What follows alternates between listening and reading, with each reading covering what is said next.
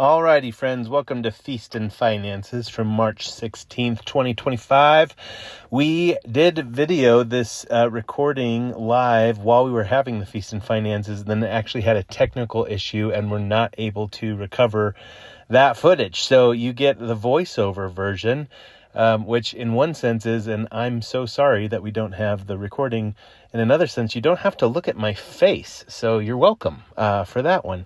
But wanted to quickly move through these things, and then any information you would like more clarity on, you can please feel free to reach out to me directly at Zach, Z-A-C-H, at dc2.me, or to whichever staff or elder member you feel like might have the answer that I don't. But on that note, wanted to make sure you were aware of who our elders are. You can see their pictures above the drinking fountains out in the lobby, but here are the 7 folks who have been serving you as the elders this year. There are 7, and in our bylaws, that is the smallest group that we can have possible. They have been working on some pretty big projects, and this year chose to make sure that we could stay small and nimble to finish some of these projects and continue to move. So we will look to be adding a couple more elders in the next year to come. And also, before we get too far into the finance update, did want to update you on the position of the finance manager. Back in the day, this was run by Jimmy Carnes as I was first onboarding to staff. And as Jimmy offboarded, we hired Carla Schmidt. Carla ran the financial manager position for about 9 months. Carla is awesome. And in the course of that time, between availability and a handful of other things, just realized this is not the best fit for this time. So Carla is still a member of our church, a personal friend, somebody who I just really enjoy, but the position wasn't the right fit at this time. And so reposted the job, and our friend Bill Miller took that position. Bill had been attending Discovery for a short amount of time, but came with a ridiculously awesome accounting background.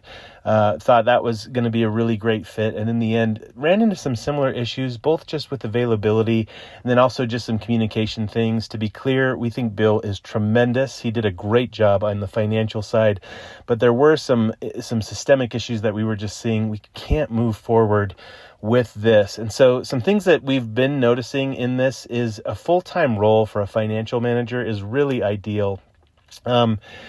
Staff and our third-party bookkeeper, our third-party CPA, sometimes there's just real-time answers that those folks need, and to have a part-time person who's unavailable 3 or 4 days a week was making some things really difficult. Also, having a full-time person in this position, they just have a really solid working knowledge of all the ministries that it's just so much more difficult to have fingerprints on some of the things that are going on around the church. The problem is that we can't afford that full-time role for just doing a finance manager, and we've got a lot of our other bases covered, so there weren't a lot of other things that we could add on to this hire. And another thing that we were realizing is Corbin Fleisch, who's been our operations and facilities manager for the last while. He was a volunteer starting back in 2016, but came on part-time staff in 2019 and then full-time staff in 2021. Corbin was overseeing Bill and got way into the weeds on all the financial systems and how things were working. And so one of the things that we realized in the long run was, what if Corbin, who has an extensive history in small business ownership, what if Corbin actually, as a full-time person, took on finance and we rolled some current parts of his job off and hired a part-time person to, say, do facilities, which is becoming the play. And that way we have a full-time staff member who's overseeing the finances and then can hire a part-time finance person. And obviously, I think looking for that skill set is just allows us more of a pool to hire from than trying to find a part-time finance manager that has all of that expertise. And so moving ahead, Corbin Fleisch will be our manager of finances as well as operations, and we are thrilled. Corbin has a great mind for business, knows all of our systems, obviously, at Discovery, and I think is going to do just a fantastic job helping us in all these things. Okay, on to the actual finances themselves. Every report that you're going to get here is a report for this year to date. Our fiscal year starts in October 1st, and it will run just so we wanted to make sure we had totally solid numbers and books that were summed up and finished. So all of these numbers will run through January 31st. But our first set of numbers we'll run through as our income last year, and you can see all the things on here. So I'm not going to belabor over too many things, but you can see last year our total income, and you can see those main pots, $543,000. This year we're up by about $30,000. So that's really, really great news. Also, we did have a budgeted income of $603,000. So we are ahead of where we were last year. We are behind of where we wanted to be in the budget. And as you start to see expenses and some other things play out, you'll see how these things are coming out in the wash. As we look at expenses, again, you can see some of the breakouts here, but our total expenses last year at this time, $548,000. This year, we're about $600,000. So expenses are up by about $50,000. And our budget for this year, expenses-wise, is about $639,000. So again, ahead of last year in expenses, but below budget of where we thought we would be. The other big thing we like to track here with finances is our cash on hand. Our goal is to be 14 weeks ahead. Right now, as of today, as of the end of January, we are 10.3 weeks ahead. And this is something that we know, like our goal is 14 for good reason. So that is our low water mark for cash on hand. So we want to be able to get back to that point. So keep that in mind as you get some of these takeaways from these financial updates. So again, our income is under budget by $28,000. For those of you that have run businesses or have been accountants, you can for sure appreciate just the wild roller coaster that we ride when we go month to month. So just wanted to give you an idea. October, our total offering income, $109,000, then drops in December by quite a bit. Then it's way up in November, way up in December, and then kind of down. And I would say January, $124,000, somewhere between October and January is a typical month for us. But you can see how big things vacillate. And this is really just one-time gifts that sometimes we can count on and sometimes we can't. But as it's vacillating, that's why we're seeing our income where it is, and that does affect our cash reserve. Our expenses are under budget by $39,000. So obviously with income under by 28, but expenses under by 39, we do know that each month we're living off our reserves, and that with those periodic gifts, we do have usually a couple times a year a significant gift that will come in, or a series of gifts that just take that roller coaster way back up to a significant high. So that's how we can, at this point, see if we're leeching off of that reserve. That's how we're making up for that, is it'll come back in these bigger gifts. And it's hard. I mean, for those of you that have run businesses, to not be able to count on when those or if those are coming is an odd thing. And I think everything that I've received from all of my forerunners on the finances, this is just the nature of doing business in a church. And these are not super concerning things. What is concerning is if we take our eyes off of them and stop being concerned about our cash reserve position, or about if those gifts are coming in. We do know that with our cash reserve position and the way it is, we do have some significant upcoming expenses, like a parking lot that needs to be repaved. What if one of our AC units or a sound system goes out? Those are just big things. That's why that cash reserve exists. So we do want to make sure we're able to take that on. Another reason why our expenses are up so much is our Barn Door Coffee Shop put our whole mortgage on a construction loan. And so until last December, we were paying only the interest. And in December, end of December, we went back to the full payment. So that increased by $10,000. Actually, that should say a month, not year. And so we're seeing that take a pretty big hit into our current budget. And then the other things to keep in mind is that with those reserves, with income and with expenses, we are still planning on two significant projects. One is a road sign that will be a digital road sign. That will cost the church about $25,000. We have a private donor who said that they would love to cover half of that cost, so they'll be picking up the rest. The other is Kelsey has really wanted to do a significant renovation project in the basement. At the very least, this looks like some fresh coats of paint, but really what we'd like to do is totally redo the basement with theme and decor and paint and lights, and to get some help to make that a really great place for kids to walk into the basement and feel like they're telling their parents, you're going to have to drag me out of here kicking and screaming. I love it down here so much. Total, that proposal is about another $45,000. With all of these financial updates, if you're like, these numbers are fine, but they're really high level and it actually doesn't tell me anything, we do have a quarterly report that we would love to share with you. If that's something that you would like to see, again, you can email me, Zach@dc2.me, or you can email our new finance manager, Corbin@dc2.me, and we'd love to share that with you. And even with that, if there's more detail you want past that report, please feel free to let us know. And then we will be putting out those reports quarterly, so you'll be able to have access to those. And just continue to pray, please, over our church and our church's finances. At the end of the day, our elders are the ones who are stewarding this money. The staff are the ones who are also highly involved in actually spending that money. We just pray that we would be wise and discerning, and that we would not be too conservative and holding back and then taking away resources from what God is really wanting us to do. And also that we wouldn't be foolhardy and just overspending and doing things that God's not intending, but that we're being irresponsible. Discernment and wisdom would be wonderful.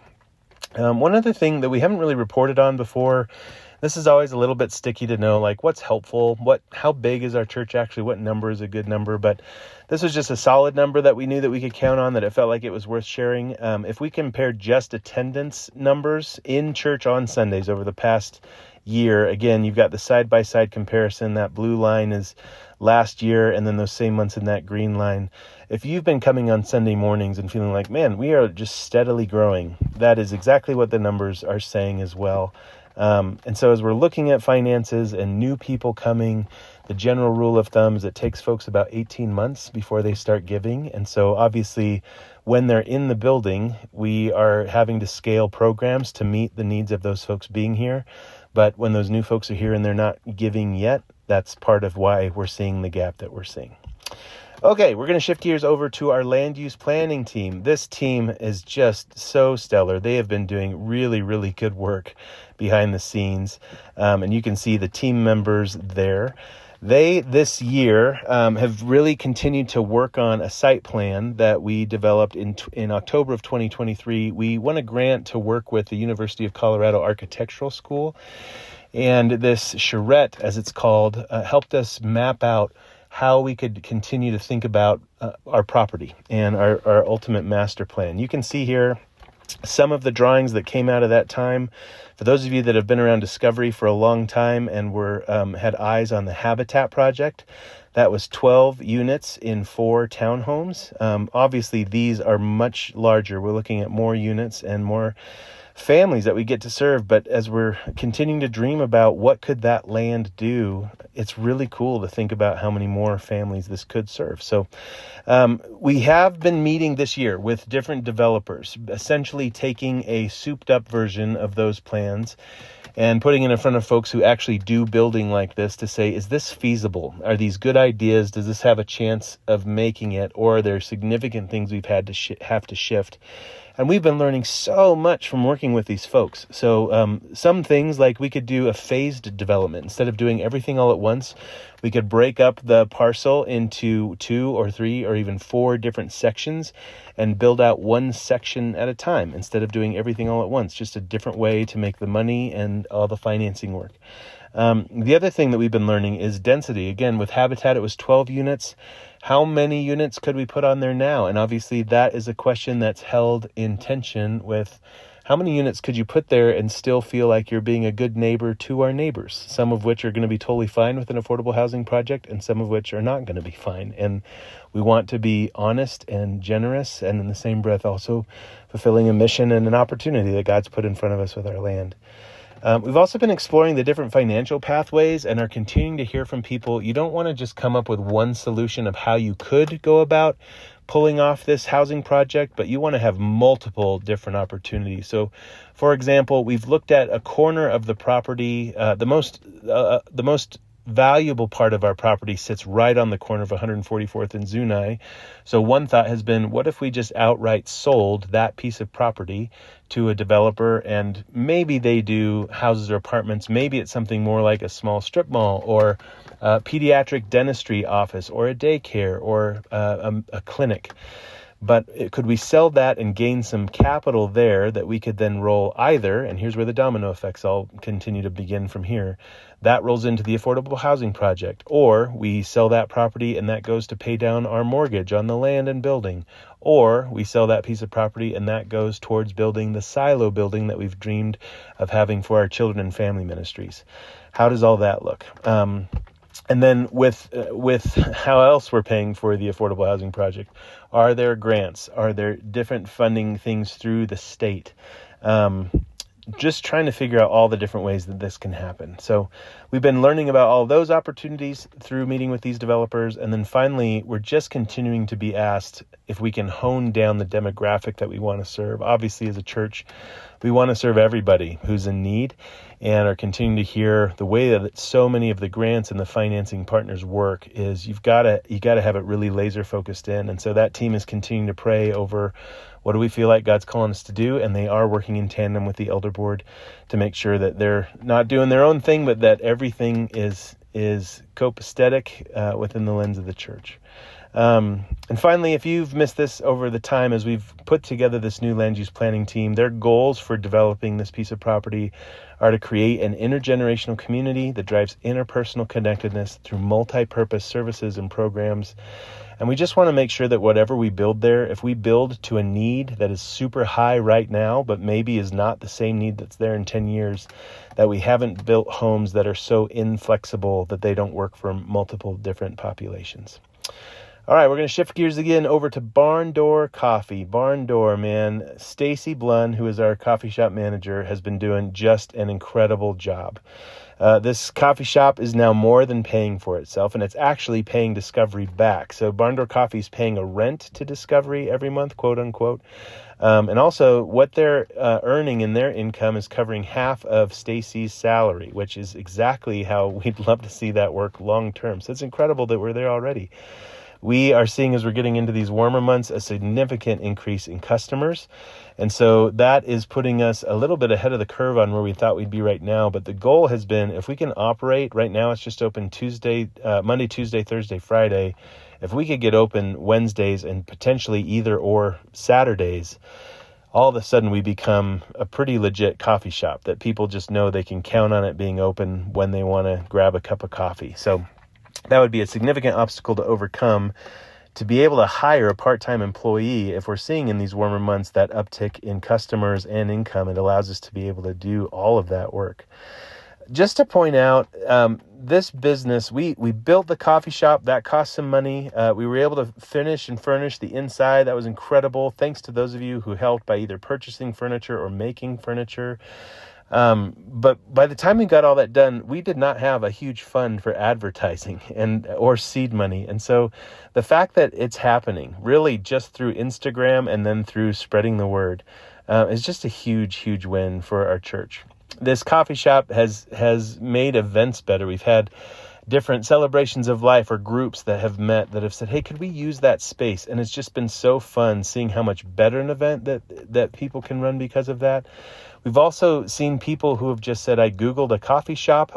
This came up. I came in. Just so happens to be that we're looking for a church. We'll see you on Sunday. And it's been so fun to see those things play out. We've also had people who have become regulars at the coffee shop who then hear by word of mouth about different classes that are going on that we're doing. And because they're attenders of the coffee shop, they're like, can I go to that class even though I don't go to that church? It's been so fun watching the relational benefit of having a coffee shop in-house. And just a reminder, our general contractor, Steve Tarnowski, said this, but some people need a seat in the auditorium on a Sunday morning. That's what they need right now in this stage of their spiritual journey. We said some people need that seat in the coffee shop on a Tuesday morning way more than they need the seat in the auditorium on a Sunday. And just love seeing how much broader our understanding of church becomes because we have seats in all these different places. Finally, working alongside Stacy is a team of volunteers that are there every day that it's open, and then the group that runs it on Sunday mornings. We could not do this without volunteers. The financial position would not be the same if we were running on all paid staff. So just wanted to give a massive shout out to those of you that have been volunteers. Thank you so much for making this dream become a reality. All right, over to the cell tower. Isn't it gorgeous out there? by the dumpsters where they said they were going to build it. If you have not seen it yet, that's because it's not there. They are still sending us checks every month. That's part of how that contract's built. But we haven't heard anything from them in about a year now. About a year ago, they were real excited and were feeling like something was going to happen real soon. And nothing's been happening. And so this could be one of those things that they knock on our door and they want to build tomorrow, or it could be something that we're just waiting for a very long time. One thing that came up at a Feast and Finance last year was, do we know what the radiation looks like off of a tower like this? All of the research that the company has sent us, as you would expect, says no, everything's fine. Just to be clear, we did buy our own radiation meter and are taking readings before this cell tower goes in so that we have something to compare it to, just to make sure that we're safe and to make sure that we're collecting our own data and keeping everything on the up and up. So for those of you that are concerned about that, know that that is how we're going about that. We mentioned this at our last Feast and Finances, but just to keep this in front of us, we have a logo that is original to our 1999 founding, and it's time for an update. And so we've had a small team made up of some elders and some staff and some members of Discovery who have been working on a brand refresh, and we are very close to having this ready to unveil. So keep your eyes peeled for that. We are sticking very close to the compass and barn motif, so there won't be any radical changes here, but just wanting to make sure that it's updated and looking relevant to the year 2025 and beyond. Finally, before I get too much further, and I can share with you some of the questions that were asked, there's a plaque when you walk in that's right next to the plow, and it just says Walking Prayers, and there's a QR code there. And this is not just an homage, but an invitation. One of the things that was so fun about our 25-year birthday party last year was just hearing stories from folks who were founders of Discovery. And one of those stories that just got me was Joe Milan saying, when we bought this property, I would come out here early in the morning, I would turn on my headlights, and it was a barren field. And I would just pray. I'd pray for the barn, the building that we wanted to build. I would pray for the people that would be here someday. And it's just such a vision now, looking back and hearing that story. And I think one of the risks that we run into as a church that's now relatively established, and we have a building, and we're not moving chairs in and out of a elementary school auditorium every week, you lose some of that moxie, I think. I think that becomes a risk. And just that desire to pray and that vision for what more could God be doing. And so this Walking Prayers QR code really just shares with you a short walk, just takes you around our property praying for a handful of different things. It's changing every 2 months. But we'd just love to invite you or you and a friend to come out, click into that, and just go for a walk and continue to pray over this church and over this land, and that we would continue to be a church that is shining a light into our local community and is making God known. Our next Feast and Finances proper will be October 26th, so you can mark your calendars now. Again, we will be sending out those quarterly reports, so you should be able to see those. So with that, we did have some Q&A after our last Feast and Finances. I may not answer or remember them all, but here's a few that stuck out. We had one question about our elder board and why we chose not to onboard any new elders this year. The project that they have been working on is a question that was raised by the LGBTQ community that is here at Discovery. And this question really was asked years ago, are there limitations to how we can be involved here at Discovery? Will we find that there are limitations in how our relationships are recognized? How do we fit at this church that says you can belong before you can believe? And so back, I think we started in the year 2017. There was a group of, the group of elders at the time began some initial exploration into how do we answer these questions for this group of people that have been wildly marginalized and hurt by the church. How do we not continue to participate in that hurt? But if these are the questions that they're asking, how do we give them an honest answer and not shuffle our feet and be vague? And so obviously that led into a time of COVID. COVID led to a lead pastor transition. In that time, we also had a transition of elders that were there. And so as your new lead pastor and a relatively new elder board were coming out of COVID, we began that process over again. And so for the last 3 years, we have been doing a deep dive into what is the sexual ethic of Scripture as we can best understand it. And as we've onboarded elders, 2 years ago, we onboarded Wilfred Kanzika. And Wilfred's first day on the job as an elder involved a trip down to a church in Denver to sit with their elders and staff to hear about their process, as well as handing him about 6 different books that the elders had already read, and said, try and have these read in the next month or 2 so that you can keep up with conversation. This last year, as we onboarded Katie Brown and Randy Smith, that book list had grown by about another 12, as well as multiple other conversations that had happened. And the elder board realized as we were onboarding them, we need to take a pause for about 3 months so that these folks have some time to get caught up, so then we can continue our conversation. The thought this year is if we onboard anybody else new, we're probably having to take about a 6-month pause so they can get caught up with everything, and then we can continue going. And in all of that, it just felt like it was not doing a great job at caring for this LGBTQ marginalized community. We wanted to move a little bit more quickly. So the solution was, could we move way more efficiently for at least this year if we kept this current team that had all this understanding and background and move faster? So that's what this team is working on, and that's why we haven't been adding anybody new to it. It felt like it would be cruel and unusual punishment to throw that many homework assignments at them all at once. It is our intent as we get to the end of this year to onboard at least 1, as many as 3 new elders to join us for the 2026 year.